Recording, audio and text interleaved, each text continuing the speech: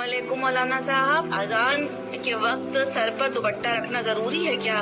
वालेकुम अस्सलाम वरहमतुल्लाह। जी, अजान के वक्त हिजाब का कोई खास हुक्म नहीं है कि अलग से यकीनन उसी वक्त सर पे दुपट्टा भी रखा जाए। और अजान का बेहतरीन एहतराम है नमाज पढ़ना।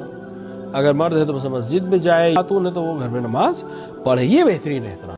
लेकिन बस अजान हो रही है और हम सर पे दुपट्टा तो ओढ़ लें, लेकिन मिसाल के तौर के ऊपर गीबत जो कर रहे थे वही करते रहें, या जो बातें कर रहे थे वही करते रहें, या जिस काम में मशगूल थे दुनियावी उसी में मशगूल रहे, तो ये कोई एहतराम नहीं हुआ। मुमकिन है किसी उर्फ में इसको एहतराम माना जाता हो तो उसको करने में कोई हर्ज नहीं, लेकिन शरई कोई उन्वान नहीं है कि अगर नहीं ओढ़ा तो हराम कर दिया, ओढ़ लिया तो कोई वाजिब अदा हो गया। नहीं, एहतराम अगर समझा जाता है उसको करने में कोई हर्ज नहीं है। लेकिन असल एहतराम अजान का क्या है?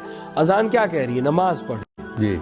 तो हम वही चीज जो वो कह रही है उस पर अमल ना करें, बाकी हम अपने हिसाब से जो चाहें करें, ये अच्छी चीज नहीं।